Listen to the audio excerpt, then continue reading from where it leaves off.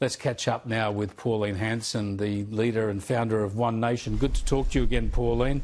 While we're on the Middle East, I've got to talk about your call for Gazan refugees, people who came here under temporary visas from Gaza. You want them to go back to Gaza already. Isn't it a bit soon, given Hamas still in control of parts of it and the place hasn't been rebuilt?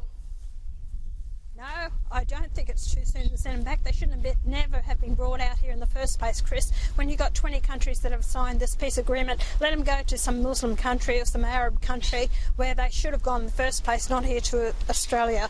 And with these Palestinian protesters still on our streets every weekend, I'm sure they'll join them in the protest against Australians or the Jews in this country. No, Chris, I don't care.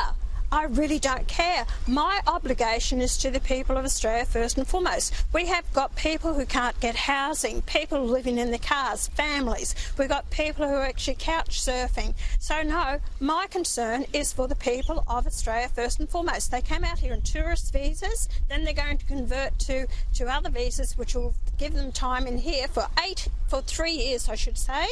No, send them back now. Yeah, I certainly think they shouldn't have come here in the first place. Why Australia takes more refugees from Gaza than anybody else, including the neighbouring Muslim countries, is beyond me, and we're getting far too little information from the federal government about this. Here's the Home Affairs Minister. Do you know roughly how many people are likely to come here, Minister?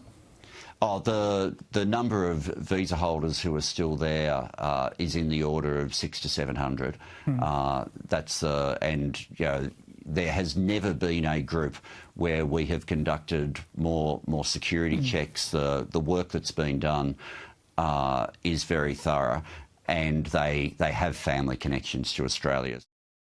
Look, it's just extraordinary that he doesn't want to reveal the numbers, and it sounds like even more people might come out now after the war is finished. Look, I think it's just impractical and inhumane to send people back into Gaza now, but I think your mention of third countries is relevant. Those who sought temporary sanctuary in Australia could certainly, for instance, be sent back to Egypt, because Egypt now, apparently, after not taking Gazan refugees, is going to take some of these criminals and alleged criminals that have been freed from Israeli prisons.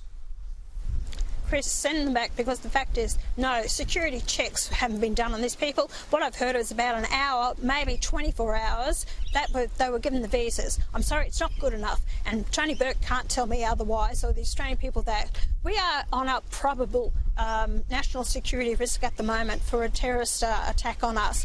How do we know who these people are? I'm sorry, but our country, we need to be stronger, more stringent on who we bring in the country. We know who we're bringing in and why we're bringing them into the country. Sorry, I don't want these people here. And most of them, when 70 or 75% of people from Gaza support Hamas, the terrorist organisation, well, I'm sorry, I don't want those people in Australia, and I will damn well say it.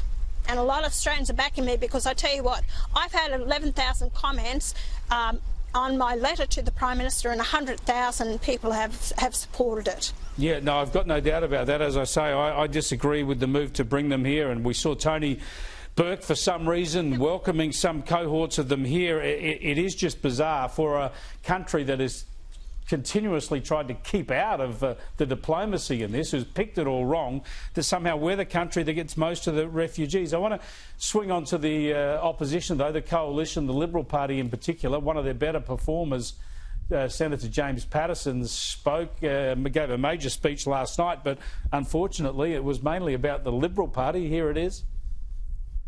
There is a time limit on this soul-searching process. We must do it now, at the start of the term, so that it does not drag on forever.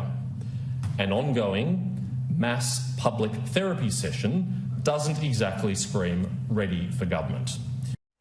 Yeah, he's right, isn't he? But unfortunately for now, he's just contributing to it. Isn't that time over? You know, the election was a long time ago. Get on with it.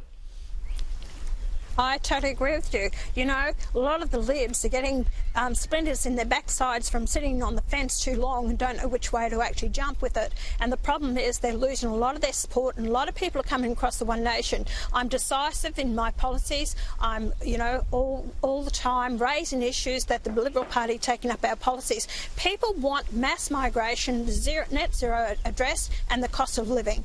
And we have the policies to do that. The Libs, if they haven't got their act together by now, they never will have. Well, deep down, you want them to keep going like that because it's very good for your polling numbers at the moment while they talk about themselves. Susan Lee in there. I think I'm a better option to her than her. Thanks for joining us again, Pauline. Pauline Hanson.